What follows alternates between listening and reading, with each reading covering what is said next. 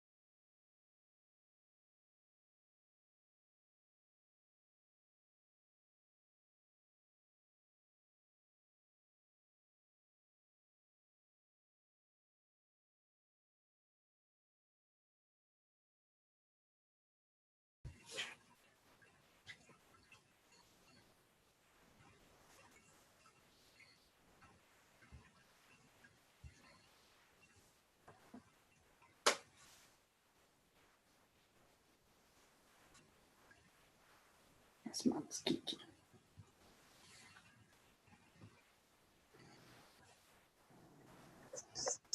Hello, Susan. How are you? I'm doing good. How are you? Just peachy. Looks like I'm the only one here. It's creepy in here. How's work going along? Good? It is. Yeah. Kind of weird. I think yeah, we're doing testing this week. I think it might be the end of the second 6 weeks. Oh, yeah. I'm kind of lost in the timing. That's true. It doesn't seem normal, right? Whoa is not normal, right? Yeah.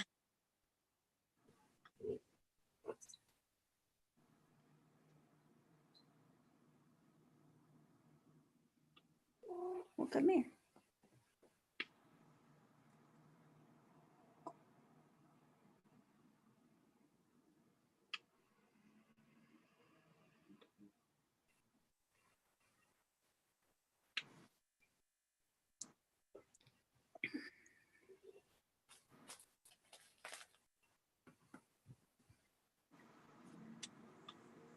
There's a nail in that.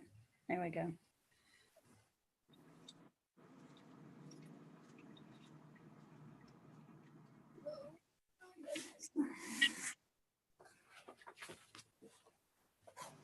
Good afternoon, everyone. Hey, Johnny May. Honey. We've had some beautiful weather, hadn't we? Oh my goodness. Yep.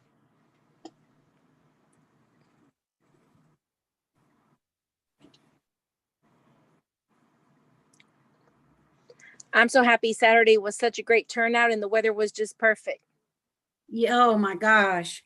It was, I don't know how many cars came by. It was a great turnout. Yes, it was. Okay, can y'all hear me? Yes, ma'am. All right, good. Hello. I was muted, I think. Oh, Yeah, I can't wait to get out there and do some work in my flower beds though, while it's nice. Yes. isn't next week supposed to be bad weather? I don't think so. Oh, well, that's good. I thought it was supposed to get cold. Really? I thought it was this week and next week supposed to be good. Well, Well, hey, I hate it's time to get up my neighbor's leaves. Not my leaves, but my neighbor's leaves. Oh, yeah. you know, it's funny. I don't have a tree in my yard except for the crepe myrtles, but my neighbors, I have more leaves from them than if I had trees myself. I know.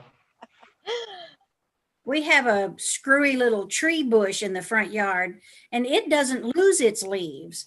But we get the oak leaves and maple leaves and sycamore leaves from everybody up and down the street, right up in my front door. Oh no. Kind of weird.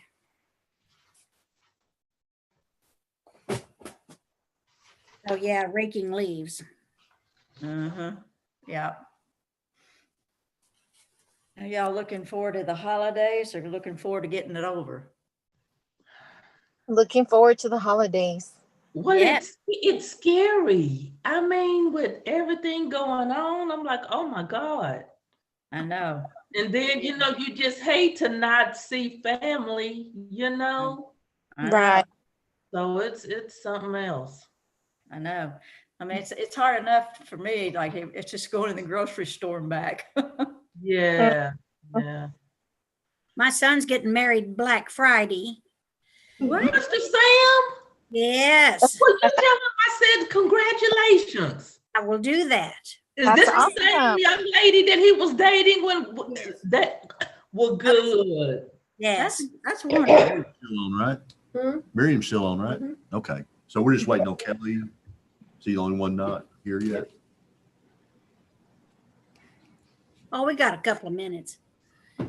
Alexis texted me a picture of their marriage license. She said, "We got it. Looks like it's going to go through." Oh, Aw, that's great. congratulations. Well, that's great. I know. I'm excited. Kitty, that's what I should say.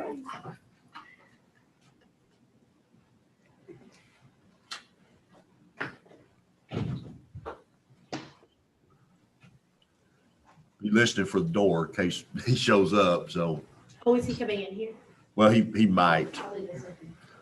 Usually you can hear his Motorcycle. Yeah.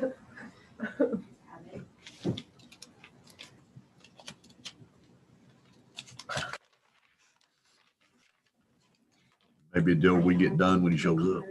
For Brooks. Oh, okay. Yeah, this has been sitting on my desk and I saw him today and I forgot to give it to him. Cool. Yeah, I'm sure he feels like that.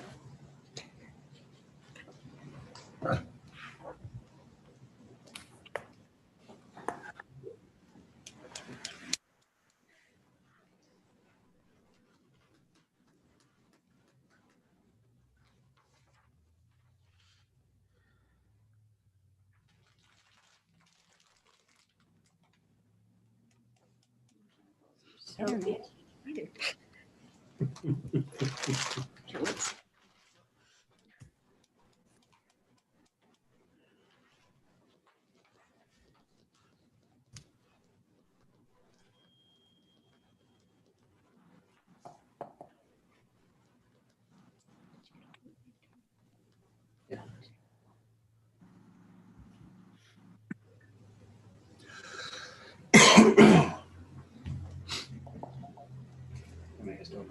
Did you send it? Mindy, go ahead and put us live. It's You're 6:30. good. We're live. Oh, we are? We're ready. Oh, okay. All right. Well, I'll go ahead and call the work session for Tuesday, November 3rd, 2020 to order.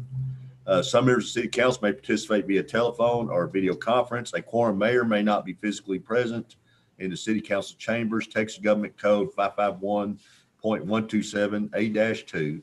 Citizens wishing to make comments should email mparks@evermantx.net, mparks@evermantx.net. Citizens' comments received prior to the meeting adjourned will be read to the council. Discussion item is item 1, proposed sexual offender residency and child safety zone. I hope everybody had an opportunity to review this. This is just a draft ordinance that is being proposed by the police department. One of the reasons why we brought this up is because we have seen a spike in sex offender registries that are coming into the city. To give you an idea of our sex offenders that reside here, we currently have 7 low-risk sex offenders within the city limits, 14 moderate risk, and 2 high-risk sex offenders, all that reside within the city. Within the last couple of months, we've had 3 new sex offenders that have decided to move to the city limits. This kind of posed a question because one of the new ones that registered with the city moved in 505 feet from one of our elementary schools. Little concerning. And the state requirement is only 500 feet. So he was outside the state minimum requirement, although line of sight still puts him in direct view of the elementary school. So that caused us to kind of take a look. It was something that we just didn't feel comfortable with. So we wanted to take a look at some of the options that we may have. And we came across several other municipalities. And after talking with our law firm, the Boykrez law firm, about the potential of adding more restrictions, we discovered we can make more stringent requirements than what the state has in place. So the goal of this is to make more stringent requirements that will not allow individuals who are registered sex offenders to move within such a close range to our schools, and establish child safety zones, put in more stringent requirements like sex offenders cannot have their lights on Halloween to invite trick-or-treaters, those kinds of things. What'll happen is if city council does approve this ordinance and decide to adopt it, all of our current sex offenders that reside within the city are grandfathered in. So we can't make anybody who's already moved prior to the implementation of this ordinance move by any means. However, this will give us some teeth to help prevent any new ones from moving in and setting areas that they would be allowed to move in. So it's pretty detailed as it goes through. There's a lot of definitions and things. This is just draft format. The attorney does only want to change the boilerplate language up at the very top of the ordinance. Other than that, he has approved everything and says he's comfortable moving forward on it. And with that said, I'll just kind of answer any questions or any concerns that you might have regarding sex offenders. How far in advance do they have to give the city notice that they're moving in? They have to register within, I believe it's 10 days after moving here. However, the burden is on them to make sure that they comply with all state and local laws. So once we pass this ordinance, the burden would be on them before they move in to make sure that they can legally move there. And if they move there and 10 days later decide to register with us and we find them in violation, then they'll be fined $2,000 per day until they resolve it. Okay, so do we get a list, get their name on a list immediately once they register? As long as they register, then yes, it goes onto the website, the Texas State website. If you go Right, on, and do you get an alert or something like that? we don't, just once they register, they're supposed to come in and register. So we don't get any kind of alert that somebody's moved into our city unless they've come in and registered. The state of Texas, usually after a year or two, if they don't find that this person was supposed to be registering, or if they're high risk and they can't locate them, then they'll start doing some research. And we've had a couple of those that have popped up in our city, which we wind up issuing warrants on, and they go back to prison for violation of their parole agreement. But we don't get any kind of text alert or anything like that once we move one in. We have an officer that his role is dedicated towards registering these sex offenders and staying in contact with them and making sure that we have all the current information, where they live, where they work, that kind of stuff. So they should be motivated to register. Yes, it's a requirement for them once they're discharged from jail to register with the local authority. And it's actually Sergeant Robinson, one of our detectives, who oversees the sex offender registration. We take pictures of them. They get photographs taken of them every year when they're supposed to register. Some of them are annual registrations. Some of them, if they're low risk, some of them may be 3 or 4 year renewals on registrations. Some are every 3 months. We've got a high risk guy that has to check in every 3 months. So it just kind of depends on what the restrictions are that the judge puts in place on them. But the burden to comply with all that is on them. If we find one that did not comply with what the judge orders, then we issue a warrant for their arrest and we'll put them back in jail. So the two that are high risk, have they been doing that? Yes, we haven't had any new high risk. The new ones that we've had move in have been considered moderate risk. Right. The 2 high risks that we have been here for a while, and they do comply with everything that they're supposed to. Okay. Could you put a link on our website to the Texas sex offender webpage? We have it there now. If you go to the police department website, it's actually on there as there's a sex offender link that'll take you there, and you can search Everman in the search box, and it'll bring up all the sex offenders. It'll map them, show you where they live. It'll show you a picture of them. The picture that we take, show you what their charge was, the details about it, if they're low risk, high risk. There's a lot of information out there for them. Okay.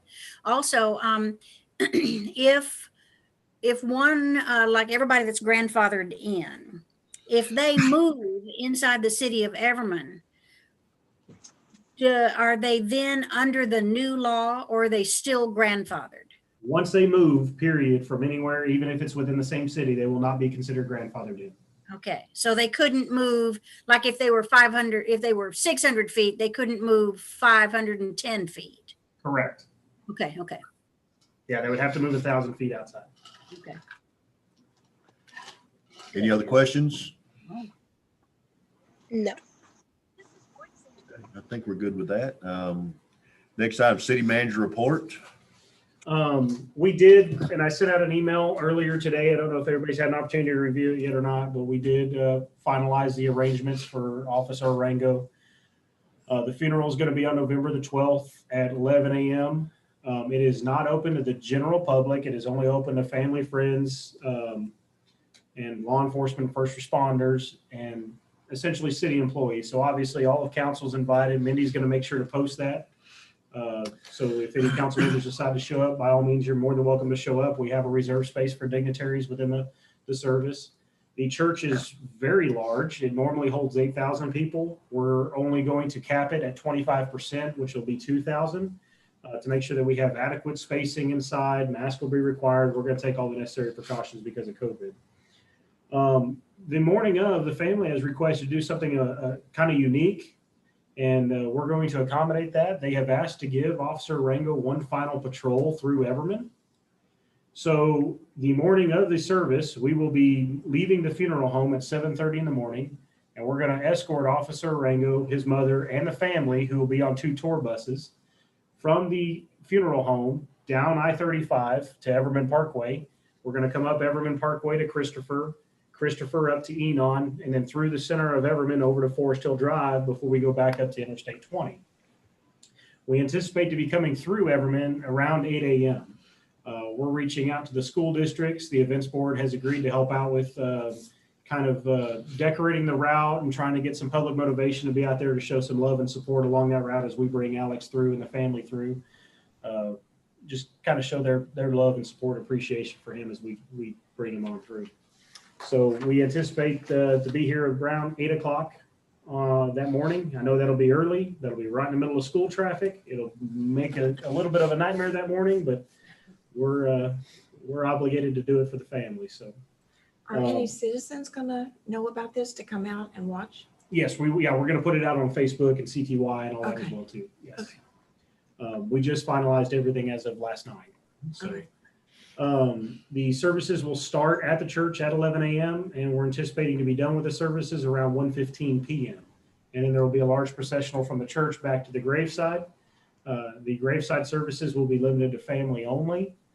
And then following the graveside, the family has invited all city employees who would like to come and have dinner with them at the Forest Hill Civic Center. Forest Hill was nice enough to donate the use of their civic center.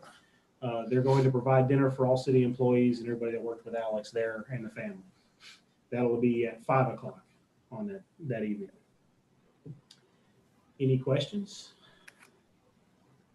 No, thank you for the information. Yes.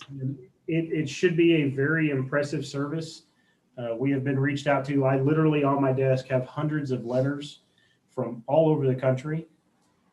From different departments and citizens from all over the country. We even had somebody reach out from the Philippines expressing their condolences.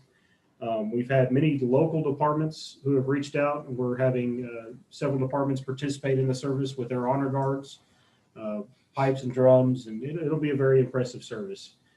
We will be live streaming it for anybody who isn't comfortable attending the event in person. We will be live streaming it through the church's website, on our Facebook, and the media will also be there, likely live streaming the services as well. And that's all I've got. Okay, mayor's report, I don't have anything. We've got some things we're working on, but that'll come at a later date once we've got more details. So citizens' comments, do we have anything? Sir. Okay, well, with that being said, we are adjourned. Everyone, Night, have a good everybody. Bye. bye. Have a good evening.